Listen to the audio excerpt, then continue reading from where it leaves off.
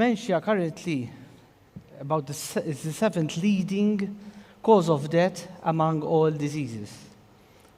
According to the World Health Organization, there are about 55 million people which in one way or another are affected by dementia. An aspect related to this subject is falls. So falls is one of the most difficult and challenging part of it all. It's related also to elderly, and according to certain statistics, those people that are going to live up to 80 will either, unfortunately, be involved with dementia, caring for someone, or have dementia. So this is really a critical topic about what we are going to discuss here. In Malta, by itself, we're about close to 9,000 people with dementia, and it should double by 2050. It's a big concern, and this relates to a number of challenges related to this work and research in this field. The community is underfunded compared to other related researches, like cancer, etc. There are a number of issues related to this research and to the work being done because of the nature of the area. There is no known cure. Yet, there are so many possibilities that if they're captured early, can affect and improve the quality of life. There are limited resources. When we had started researching about this area, from the technology side, we tried to find data sets. We tried to find information we can use. There are a lot of passionate people that work in this area and address it in the medical field. But through the quality of life and technology, there were a number of limitations, which is the motivation through our research project. Today's technology, we can do a lot of things. There are a lot of possibilities. But when we adopt these technologies in such a sensitive area, we find that the data available is not that adequate. It does not reflect real scenarios. We find that better AI models are required to be able to enable the possibilities that we are discussing here in different ways and forms. With the early studies, we noticed that through appropriateness of technology and how they are adopted, we've seen certain gaps. But these gaps can also be new possibilities in the future. We see how sensors are adopted. So if we were to categorize some of these sensors, physiological signals, location, which is very useful in this area, the ability to understand human activity recognition, the ability to understand the activities these people are doing, and obviously the environment. All these type of sensors are being adopted in different projects, in different researches.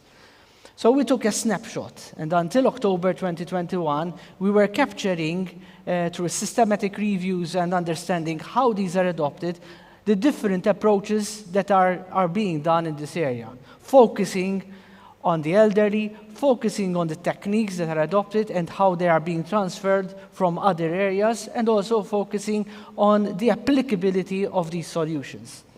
So we hear about pressure sensors, ECG monitoring, locations, monitoring indoor and outdoor, environmental sensors like alarms, so many solutions.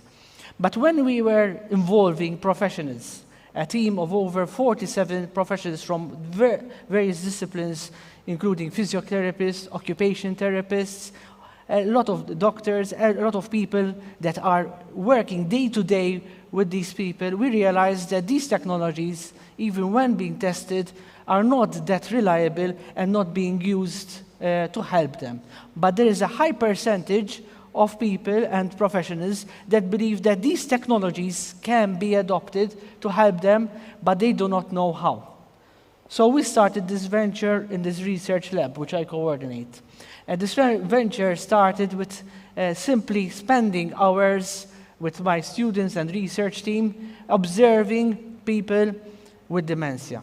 In the labs, with collaboration of 𝐂𝐸𝐴𝐸, we managed to design our own devices way back in 2013 when they were not so much accessible, and we attempted to monitor people with dementia in different environments. Our interest was always one.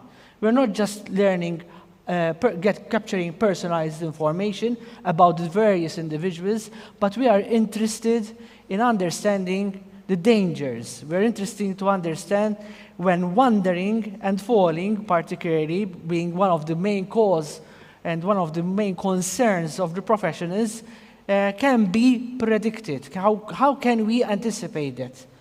And this comes with a challenge. And through these projects, which PEM, Pervasive Electronic Monitoring, is trying to address, so there are various teams of different professionals working together, we try to address one concept after the other. Digital health played a very important role in all this. And one of the things that it played was the lack of knowledge about technology. So we said, let's go for this ambitious project. And this ambitious project means creating a data set which realistically replicates what we really need. But the reality is, all ideas that we can think of without having very good data sets and the right amount of environments might be useless.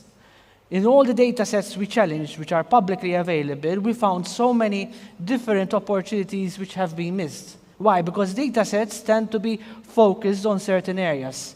The fact that an activity is being recorded by itself, not through a flow of different activities which are more natural in this environment. A person doesn't decide to fall at once, but there are a number of things which get to that fall. And we are interested in that. We're interested in capturing that and learning through our solutions. And therefore, we did a pilot with 27 participants, which means over 15 million records that needed to be labeled so that our systems learns through a supervised learning algorithm, learn about it, and being able to see the results we can obtain. Today, over 70 professionals have participated in our studies.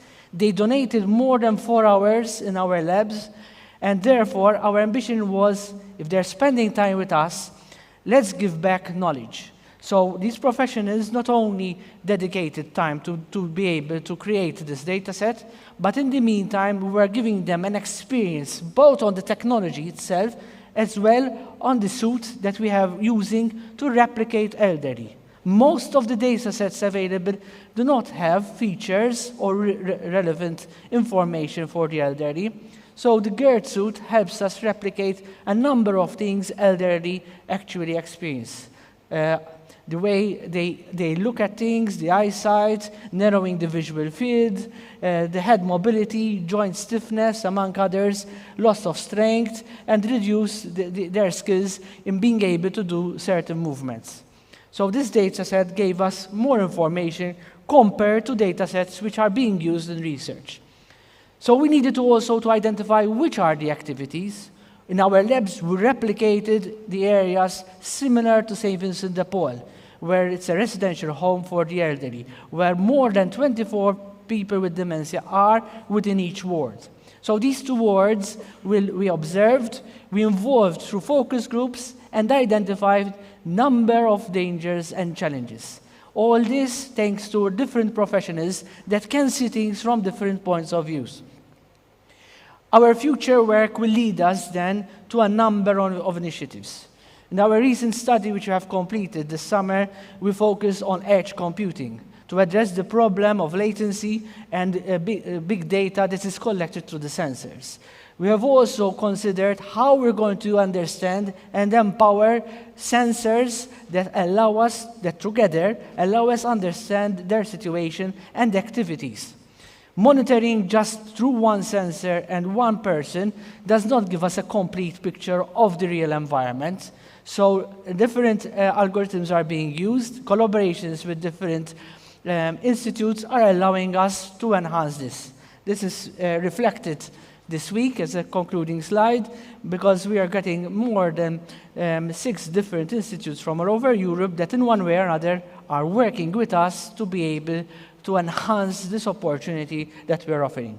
So my last comment is visit our site, pem.space, and volunteer. We need more data.